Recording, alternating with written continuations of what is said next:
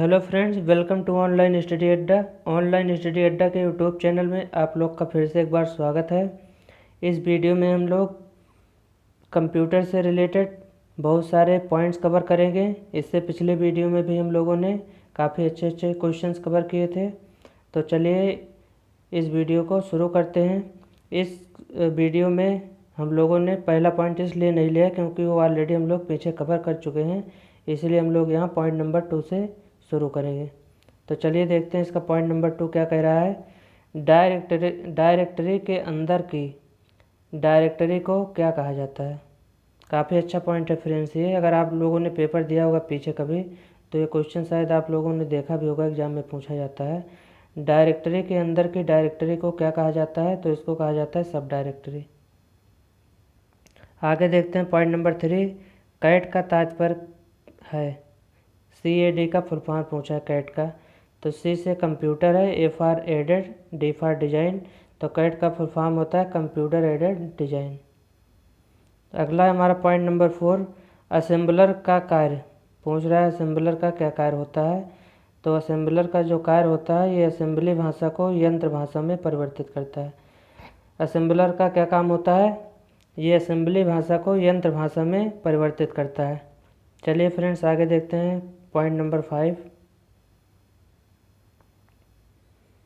Point number 5 में कह रहा है, भारत में सर्वप्रथम दिखाई देने वाला कंप्यूटर वायरस कौन सा है।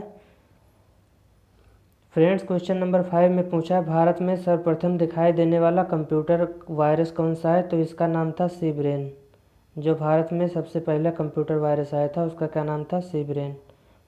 ये अक्सर एग्जाम में पूछा जाता है। चलिए अगला पॉइंट देखते हैं पॉइंट नंबर 6। उस नेटवर्क टोपोलॉजी का क्या नाम है। उस नेटवर्क टोपोलॉजी का क्या नाम है जिसमें प्रत्येक संभावित नोड में द्विदिशीय कड़ियाँ होती हैं। जिसमें प्रत्येक संभावित नोड में द्विदिशीय कड़ियाँ होती हैं तो उसको कहा जाता है मेश। अगला पॉइंट है फ्रेंड्स पॉइंट नंबर 7। वह बिंदु जिस पर डाटा कंप्यूटर में प्रवेश करता है। वह बिंदु जिस पर डाटा कंप्यूटर में प्रवेश करता है या निकलता है उसे क्या कहते हैं, उसको कहते हैं टर्मिनल। ये सारे पॉइंट्स फ्रेंड्स काफ़ी इंपॉर्टेंट पॉइंट्स हैं। ये प्रीवियस ईयर आए हुए क्वेश्चन पेपर से लिए गए हैं, जो अक्सर बार बार एग्जाम में रिपीट भी होते रहते हैं। और अगर फ्रेंड्स अभी तक आपने अगर ऑनलाइन स्टडी अड्डा चैनल को सब्सक्राइब नहीं किया है तो वीडियो के नीचे बने लाल बटन पर क्लिक करके चैनल को सब्सक्राइब कर लें, जिससे हमारी आने वाली वीडियो के नोटिफिकेशन आपको तुरंत मिलता रहे। चलिए आगे देखते हैं friends point number 8। Point number 8 में कह रहा है विश्व का प्रथम कंप्यूटर नेटवर्क माना जाता है। विश्व का प्रथम कंप्यूटर नेटवर्क कौन सा है, उसका क्या नाम है फ्रेंड्स, उसका नाम है अर्पानेट। ये भी कई बार पूछा गया है। विश्व का प्रथम कंप्यूटर नेटवर्क क्या है, अर्पानेट। अगला पॉइंट नंबर 9। पहले से चल रहे कंप्यूटर को रीस्टार्ट करना क्या कहलाता है।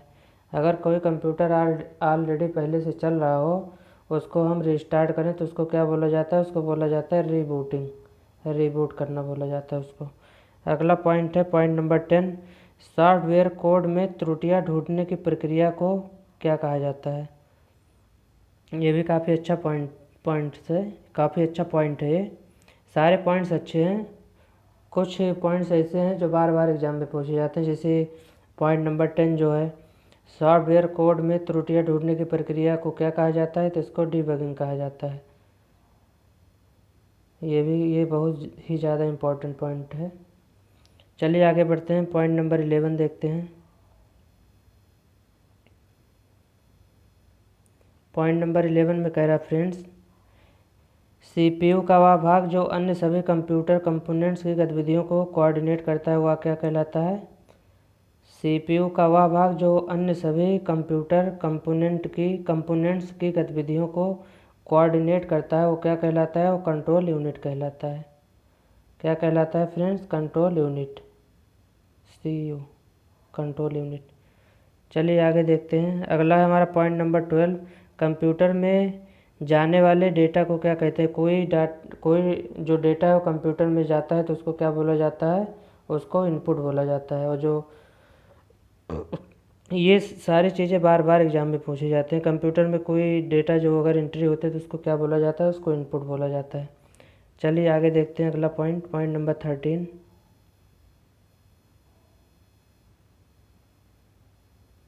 पॉइंट नंबर 13 में फ्रेंड्स कह रहा है कंप्यूटर में डेटा किसे कहा जाता है। अभी देखिए, अभी पीछे पूछा था जो कंप्यूटर में डेटा जाता है उसको क्या कहा जाता है, इनपुट। अगला पॉइंट पूछ लिया फ्रेंड्स, कंप्यूटर में डेटा किसे कहा जाता है। चिन्ह व संख्यात्मक सूचना को डेटा कहा जाता है। चिन्ह व संख्यात्मक सूचना को क्या कहा जाता है फ्रेंड, डेटा कहा जाता है। अगला पॉइंट नंबर 14, ALU का पूरा नाम क्या है। ALU का पूरा नाम क्या है, arithmetic logic unit. A for होता है अर्थमेटिक, L फॉर होता है लॉजिक, U फॉर होता है यूनिट। A फॉर होता है arithmetic, A for arithmetic, L for logic, U for unit. ALU का फुल फॉर्म होता है arithmetic logic unit.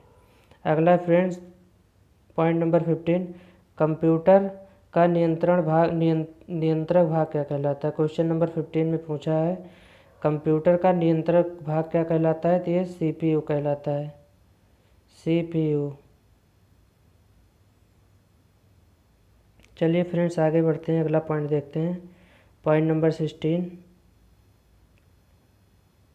Point number 16 में कह रहा है फ्रेंड्स, कंप्यूटर के सभी भागों के बीच सामंजस्य स्थापित करता है।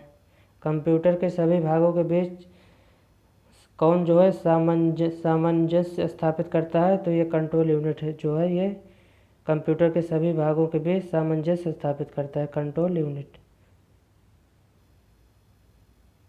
चलिए आगे बढ़ते हैं फ्रेंड्स, पॉइंट नंबर 17 देखते हैं।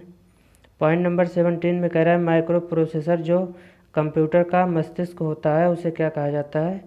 माइक्रो प्रोसेसर जो कंप्यूटर का मस्तिष्क होता है उसको क्या कहा जाता है, उसको कहा जाता है माइक्रोचिप। अगला पॉइंट है हमारा पॉइंट नंबर 18, ALU परिचालन संपन्न करता है। ALU किसका परिचालन जो है संपन्न करता है, तो ये अर्थमेटिक का परिचालन संपन्न करता है। अगला है फ्रेंड्स हमारा पॉइंट नंबर 19। पॉइंट नंबर 19 में कह रहा है एक हार्डवेयर डिवाइस जो डाटा को अर्थपूर्ण इन्फॉर्मेशन में परिवर्तित करता है क्या कहलाता है। पॉइंट नंबर 19, एक हार्डवेयर डिवाइस जो डाटा को अर्थपूर्ण इन्फॉर्मेशन में परिवर्तित करता है वो क्या कहलाता है, प्रोसेसर। ये भी काफ़ी अच्छा पॉइंट है। चलिए आगे बढ़ते हैं, पॉइंट नंबर 20 देखते हैं, टेली प्रोसेसिंग तथा टाइम शेयरिंग का प्रयोग किस पीढ़ी के कंप्यूटर के लिए हुआ था। पॉइंट नंबर 20 में कह रहा है टेली प्रोसेसिंग तथा टाइम शेयरिंग का प्रयोग किस पीढ़ी के कंप्यूटर में हुआ था, तो ये तृतीय पीढ़ी के कंप्यूटर में हुआ था, थर्ड जनरेशन। अगला पॉइंट नंबर 21, वह उपकरण जो हैंड हेल्ड ऑपरेटिंग प्रणाली का इस्तेमाल करता है वो क्या है। पॉइंट नंबर 21 में फ्रेंड्स पूछ रहा है वह उपकरण जो हैंड हेल्ड ऑपरेटिंग प्रणाली का प्रयोग करता है वो क्या है, तो वह PDA। सही आंसर होगा इसका PDA। आगे बढ़ते हैं फ्रेंड्स, पॉइंट नंबर 22 देखते हैं। पॉइंट नंबर 22 में कह रहा है पॉइंट एंड ड्रा डिवाइस किसे कहा जाता है।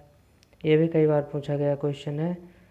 पॉइंट एंड ड्रा डिवाइस किसको कहते हैं फ्रेंड, तो जो माउस होता है उसको हम लोग पॉइंट एंड ड्रा डिवाइस कहते हैं। काफ़ी अच्छा पॉइंट है, ये कई बार पूछा गया है।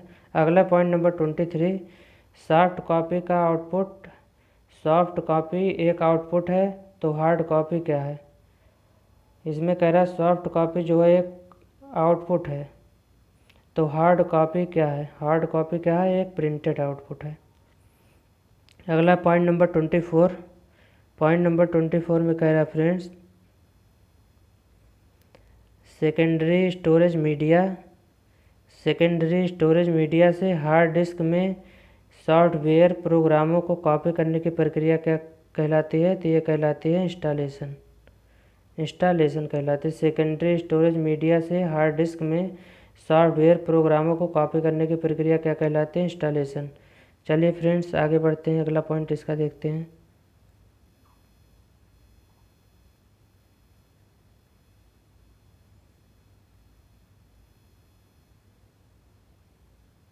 अगला पॉइंट कह रहा है फ्रेंड्स, किस मेमोरी में रखा डाटा बिजली जाते ही समाप्त हो जाता है। ये भी काफ़ी अच्छा पॉइंट है। कंप्यूटर की कौन सी मेमोरी ऐसी होती है जिसमें रखा डाटा लाइट जाने के बाद ऑटोमेटिक समाप्त हो जाता है, तो होता है रैम। रैम में जो डाटा होता है अगर लाइट चली जाती है तो ऑटोमेटिक समाप्त हो जाता है। अगला पॉइंट नंबर 26, CDRW का पूरा नाम क्या है। इसमें कह रहा है CDRW का पूरा नाम क्या है, तो इसका नाम है कॉम्पैक्ट डिस्क री राइटेबल। इसका फुल फॉर्म होता है कॉम्पैक्ट डिस्क री राइटेबल। अगला पॉइंट नंबर 27 फ्रेंड्स, इसमें कह रहा है सूचना एक यूनिट से दूसरी यूनिट तक ले जाने व उन्हें वापस लाने का काम कौन करता है। पॉइंट नंबर 27 में कह रहा है सूचना एक यूनिट से दूसरी यूनिट तक ले जाने व उसे वापस लाने का काम कौन करता है, तो ये करता है डाटाबेस। अगला पॉइंट नंबर 28, कंप्यूटर में अनवरत विद्युत आपूर्ति का संक्षिप्त रूप क्या है। कंप्यूटर में अनवरत विद्युत आपूर्ति का संक्षिप्त रूप क्या है, तो इसका रूप है UPS। अगला है point number 29 friends. Point number 29 में कह रहा है मदरबोर्ड में क्या रहता है जो मदरबोर्ड पर CPU को दूसरे पुर्जों से जोड़ता है। पॉइंट नंबर 29 में कह रहा है फ्रेंड्स, मदरबोर्ड में ऐसी कौन सी चीज़ होती है जो CPU को दूसरे पुर्जों से जोड़ती है, तो इसमें होता है एक सिस्टम बस। अगला है पॉइंट नंबर 30, मॉड्यूलेटर डीमॉड्यूलेटर का सामान्य नाम क्या है, तो इसका नाम है मॉडेम। ज़्यादातर क्वेश्चन इसमें इसका जस्ट अपोजिट आता है, पूछा जाता है मॉडेम का फुल फॉर्म क्या होता है या मॉडेम का जो है पूरा नाम क्या है, फुल फॉर्म क्या है, तो इसका फुल फॉर्म होता है मॉड्यूलेटर डीमॉड्यूलेटर, मॉडेम का फुल फॉर्म। इसे इस तरह से भी याद रखें। चलिए आगे देखते हैं पॉइंट नंबर 31, पहले से ऑन कंप्यूटर को रिस्टार्ट करने को क्या कहा जाता है, तो इसको वार्म बूटिंग कहा जाता है। वार्म बूटिंग कहा जाता है। चलिए आगे बढ़ते हैं। अगला पॉइंट देखते हैं friends, point number 32। Point number 32 में कह रहा है HTML डॉक्यूमेंट बनाने के लिए किसकी ज़रूरत होती है। पॉइंट नंबर 32 में कह रहा है फ्रेंड्स, HTML डॉक्यूमेंट बनाने के लिए किसकी ज़रूरत पड़ती है, तो इसके लिए पड़ती है टेक्स्ट एडिटर की। अगला पॉइंट नंबर 33, किस प्रोग्रामिंग लैंग्वेज को ट्रांसलेट की ज़रूरत नहीं होती है। कौन सा प्रोग्रामिंग लैंग्वेज है जिसको ट्रांसलेटर की ज़रूरत नहीं होती है, तो ये है मशीन लैंग्वेज। मशीन लैंग्वेज एक ऐसा प्रोग्रामिंग लैंग्वेज है जिसको ट्रांसलेटर की ज़रूरत नहीं पड़ती है। अगला है पॉइंट नंबर 34, एक्सेल स्प्रेडशीट का एक्सटेंशन क्या है। जब इसको हम लोग सेव करते हैं तो उसके सबसे लास्ट में देखेंगे तो ये लिखा होता है .xls। तो पूछ रहा है एक्सेल स्प्रेडशीट का एक्सटेंशन क्या होता है, तो होता है .xls। आगे बढ़ते फ्रेंड्स, अगला पॉइंट देखते हैं, पॉइंट नंबर 35। पॉइंट नंबर 35 में कह रहा है ईमेल पते के दो भाग कौन कौन से होते हैं। ईमेल पते के दो भाग कौन कौन से होते हैं, एक होता है प्रयोक्ता का नाम और डोमेन नंबर। ये भी काफ़ी अच्छा पॉइंट है। तो फ्रेंड्स, ये वीडियो आपको अच्छी लगी हो तो वीडियो को शेयर करें।